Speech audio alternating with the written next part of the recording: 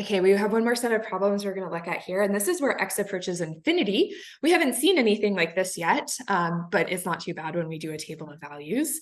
So we're still going to do a table of values. So I'll call this guy my function. This is my f of x. My x is approaching infinity, so I have to kind of figure out what my table is going to look like there. So what kind of numbers are infinite?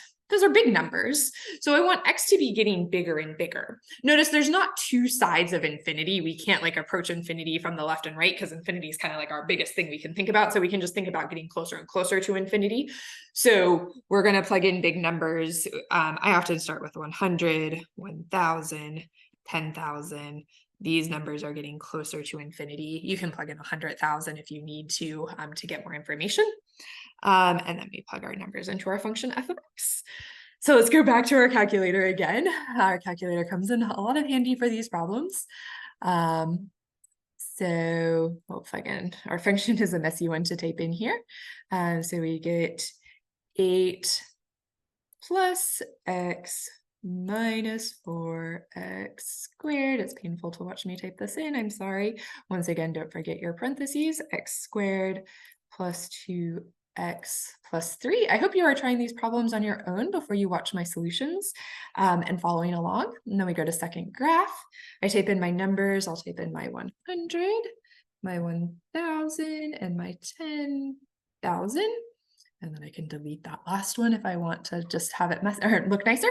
So I look at what are these numbers doing as I move down the table. Those look like they're getting closer to -4. So I would say that the limit in this case is most likely -4. Okay, so that's how infinity works. Notice we don't have two sides of infinity.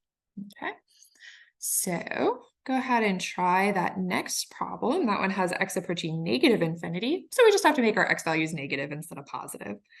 Okay, so we said that this one was approaching -4. Once again, remember for your work, you need to write those numbers down from our table, from our calculator. I'm not going to because I'm kind of lazy right now.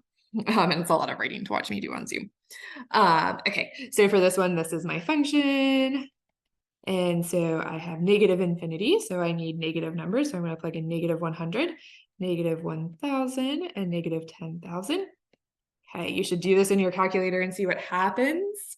When I did this, I got 9e -5, which is 9 times 10 to the -5. This is a number with a bunch of zeros and a 9. I think I got the right number of zeros there. I'm trying to double check. And then this is 9e -7, 9e -9. Once again, you should write this as 9 times 10 to the -7 on your paper. Don't write calculator notation for me, write this notation. I'm just showing you what your calculator would get. So once again, this is a bunch of zeros.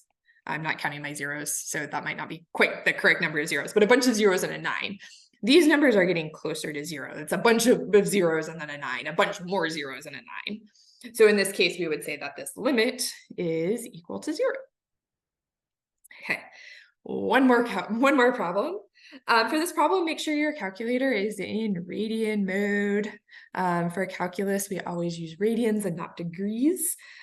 So once again, x is approaching -infinity, so we can use the same x values as we did in the previous problem. -100, -1,000, -10,000. Okay, and I'm actually going to put this one in my calculator so we can see what happens. This is x over sine of x. So let's look at this one together because this one's interesting. Okay, if you're not 100% sure if you are in radian mode, go to mode here. Make sure radian is highlighted. If it's not, then scroll over it and press enter. Okay, but I'm going to go back to my y equals. I'm going to have x over sine of x, close my parentheses, go to second table, and now I need to make these numbers negative. So -100, -1,000, -10,000. Those numbers are interesting, aren't they? We got some negative numbers, some positive numbers. Let's plug in -100,000, just plug in more to see what happens. Hey, looks like these numbers are bouncing back and forth between positive and negative numbers. These y values are not approaching one particular number. They're getting some positive, some negative. And so when we have this bouncing back and forth and not a clear final number, we say our limit does not exist, something we can talk about in class if that's confusing. If you look at the graph here, that graph is not super useful to think of, but what's happening here is there's a lot of bouncing back and forth happening. So we say that this last limit does not exist because we're not getting one concrete number that the y values are getting closer to. So that's just a fun one to add in the mix. We'll do a lot more examples in class.